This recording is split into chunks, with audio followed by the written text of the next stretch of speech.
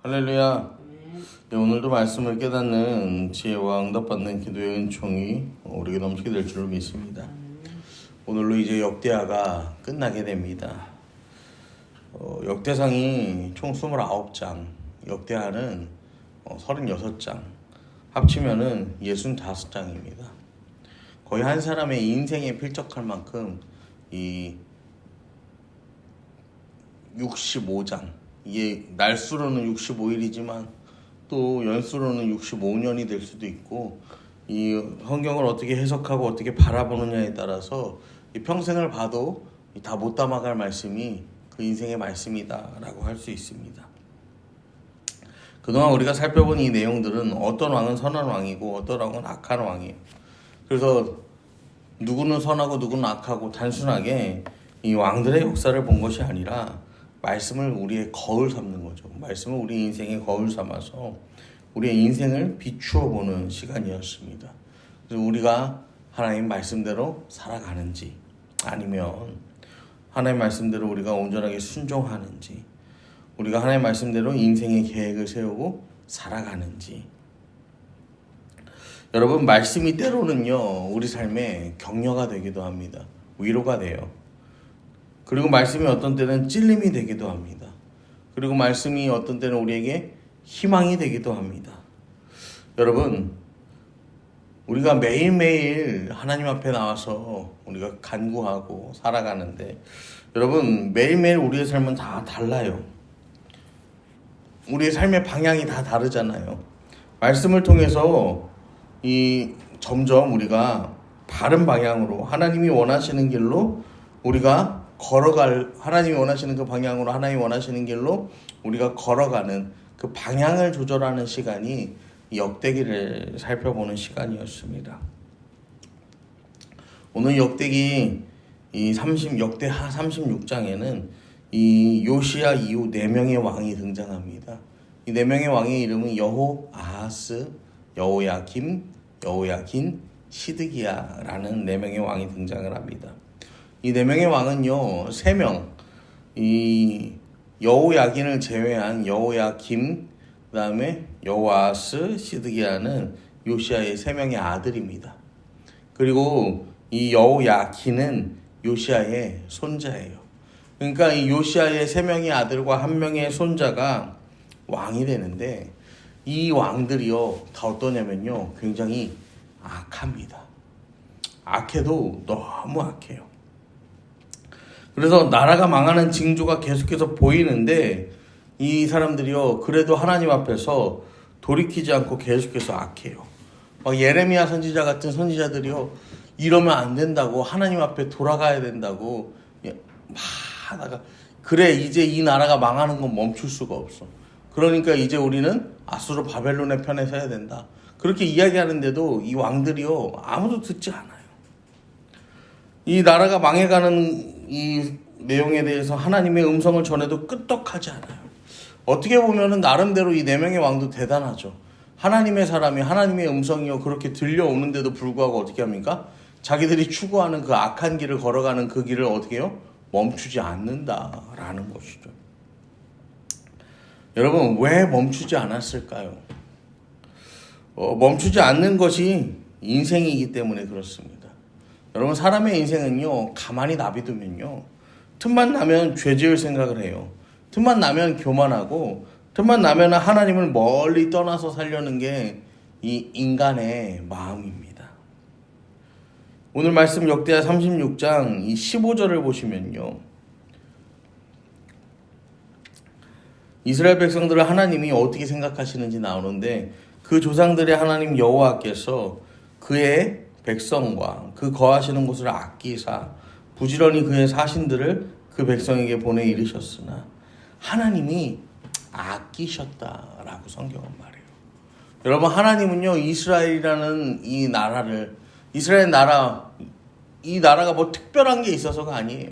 그저 하나님이 택한 민족, 하나님이 택한 백성, 하나님이 택한 나라, 하나님께서 세워주신 그 나라, 아낄 것이 없어 보이는데 하나님이 아끼시는 거예요. 왜냐면은 이 백성이, 이 나라가, 이 민족이 어떻기 때문에, 하나님과 언약을 맺었기 때문에, 하나님께서 그들과 친히 약속하셨기 때문에, 다윗과 맺은 그 언약 때문에 하나님께서요, 이 나라가요 막 잘못된 길로 가는데도 불구하고 야 니들 그렇게 가면 망해, 그렇게 하면 망하니까 돌아와야 돼, 계속해서 하나님께서 기회를 주셨다라는 거예요. 그러면은 여러분, 우리는 그래서 망해갈 때 깨달아야 할 두 가지가 있어요. 첫째는 하나님께서는 긍휼하게 여기신다라는 거예요. 여러분, 그 아버지의 마음, 세상을 향한, 열방을 향한 하나님의 마음을 깨닫지 못하면요, 여러분, 우리는요 내 마음대로 이 세상을 살아갈 수밖에 없습니다. 두 번째는 말씀이에요. 하나님께서 지속적으로 주시는 그 말씀, 나에게 주시는 말씀을 우리는 절대로 잊지 말아야 돼요. 그것을 기억하며 살아야 합니다. 그렇지 않으면 말씀이요 그냥 들려오는데 그 말씀이 그냥 흘려서 지나가 버리게 되는 거예요. 그 말씀을 하나도 붙잡지 못하게 되는 거예요. 여러분, 이 요시야 이후에 여호아스, 여호야긴, 시드기야, 여러분, 이 왕들이 하나님의 말씀을요 한마디도 듣지 못했을까요? 아니에요. 하나님의 사람들을 통해서 계속해서 그 말씀이 임해요. 여러분, 오죽하면은 예레미야가 그 말씀을 전하는데 이 주변의 눈치를 보니까 어떻게 합니까? 예레미야를 어떻게 해요? 막 감옥에 가두잖아.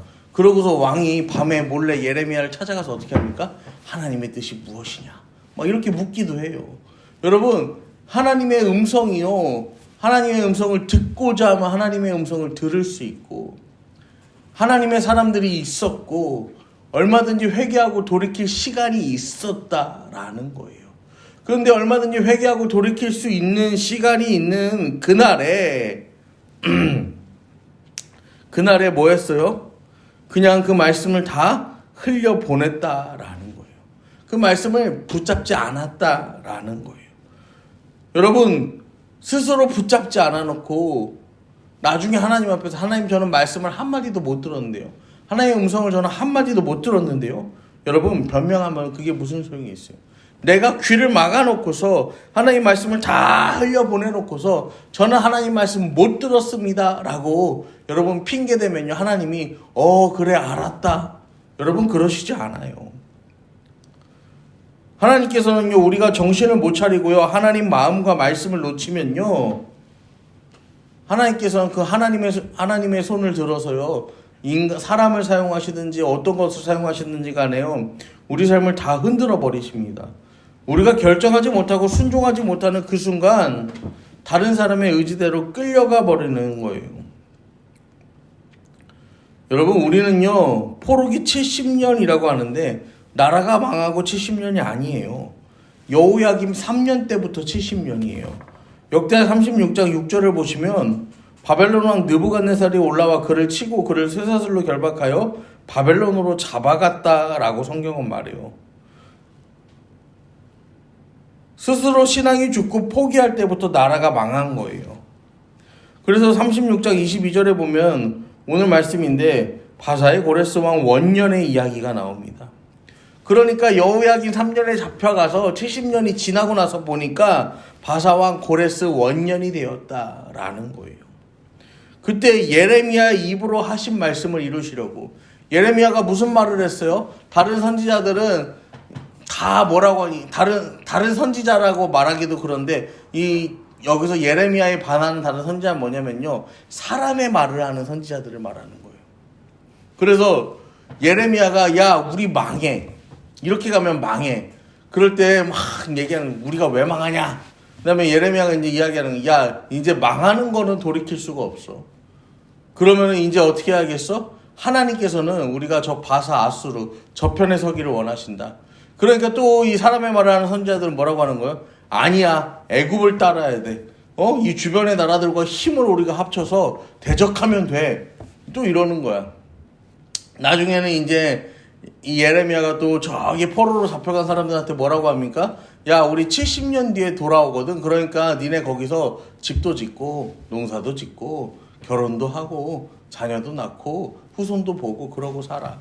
그러니까 또 뭐 어떻게 하는 거예요? 무슨 말이냐, 우리는 지금이라도 당장이라도 돌아갈 수 있다 막 이러면서 계속해서 사람의 말을 하거든요. 여러분, 예레미야가 하신 그 말씀을 이루려고 정말로 70년이라는 시간이 지난 뒤에 바사의 고레스의 왕의 마음을 하나님이요 감동시키세요. 감동시켜요. 그래서 이 역대기의 끝은 하나님께서 바사왕 고레스의 그 마음을 감동시키시고 그 감동받은 고레스를 통하여서 이제 다시 이스라엘의 이 포로 귀환의 역사를 에스겔부터 이제 살펴보게 되는 건데요. 그가 온 나라에 공포도 하고 조소도 내리는 거예요. 유대의 왕들이요 하나님 말씀을 안 듣고 하나님을 떠나버리니까요. 하나님 없이 살아가니까 하나님이 이제 누구의 마음을 감동시키는 거예요? 바사 왕 고레스의 마음을 하나님이 감동시키시는 거예요. 그래서 포로에서 돌아온 백성들에게 희망을 주는 메시지가 이 역대기라고 했잖아요. 역대기의 시작은요, 아담, 셋, 에노스.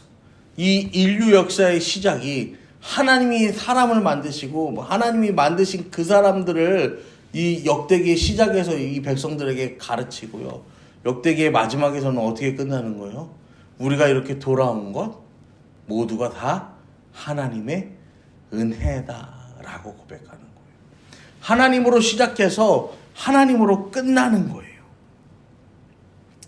여러분, 하나님이 어떤 분이시냐? 하나님은 우리를 만드신 분, 그리고 하나님은 우리가 이렇게 잘못된 길을 걸어간다고 할지라도 그럼에도 불구하고 우리를 포기하지 않으시고 우리를 아끼시고 결국에는 하나님께서 다른 왕의 손을 통하여서라도 우리를 돌아오게 하신다.